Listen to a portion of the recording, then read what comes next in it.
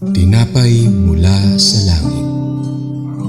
A daily morning devotion with CRC Family.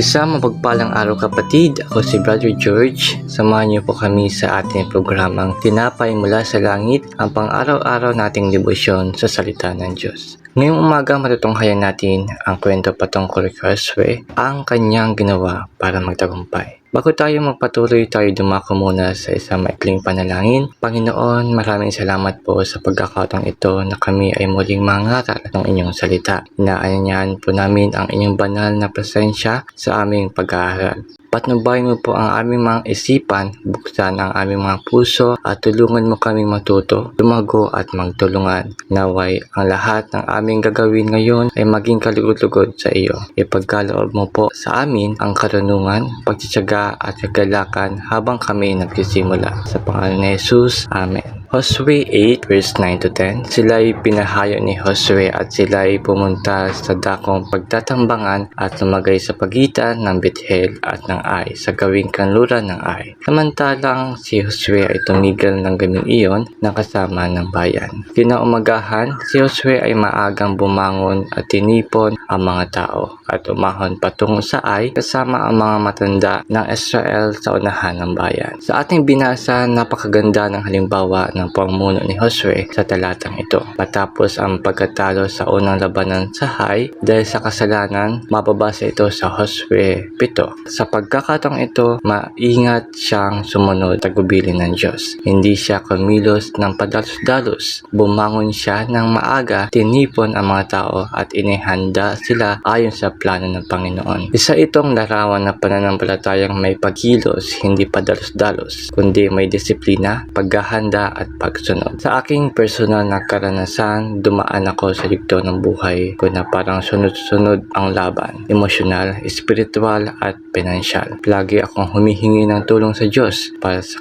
tagumpay. Ngunit hindi ko nakikita ang pagbabago. Habang hinihintay ko ang sagot ng Diyos, hindi ko naman inaayos ang mga dapat kong gawin o kulang pa ang mga dapat kong gawin para magtagumpay. Hanggang isang araw, ginaya ko ang ginawa ni Josue. Sinimulan kong gumising na maaga, magdasal, magplano na maayos at unti-unting kumilos ayon sa pinapakita sa akin ng Diyos. Hindi agad dumating ang tagumpay, pero unti-unting idinadaloy ng Diyos kanyang plano habang natututo akong sumunod at maging handa araw-araw. Tinurukan ako ng Diyos na maging masunurin sa Kanya at maging responsable sa mga bagay na aking gagawin. Mula sa ating napag-aralan, narito ang maaari nating makuha at may apply sa ating mga buhay. Una, ang Diyos ang nagbibigay ng plano pero tayo ay kailangan kumilos. Hindi lang nagdasal si Josue, kumilos siya. Tayo rin kailangan nating lumakad ayon sa tagubilin ng Diyos. Ikalawa, may kapangyarihan pa rin sa pagsunod kahit nagkamali ka noon o nagkamali tayo noon. Sa ating binasa, nabigo si Josue sa una dahil sa kasalanan. Pero muli binigyan ng Diyos ng pagkakataon ang pagsunod. Sa pangalawang pagkakataon ay nadigdala ng tagumpay. Sa pangatlo at panghuli, ang espiritual na kahandaan ay may kasamang praktikal na hakbang.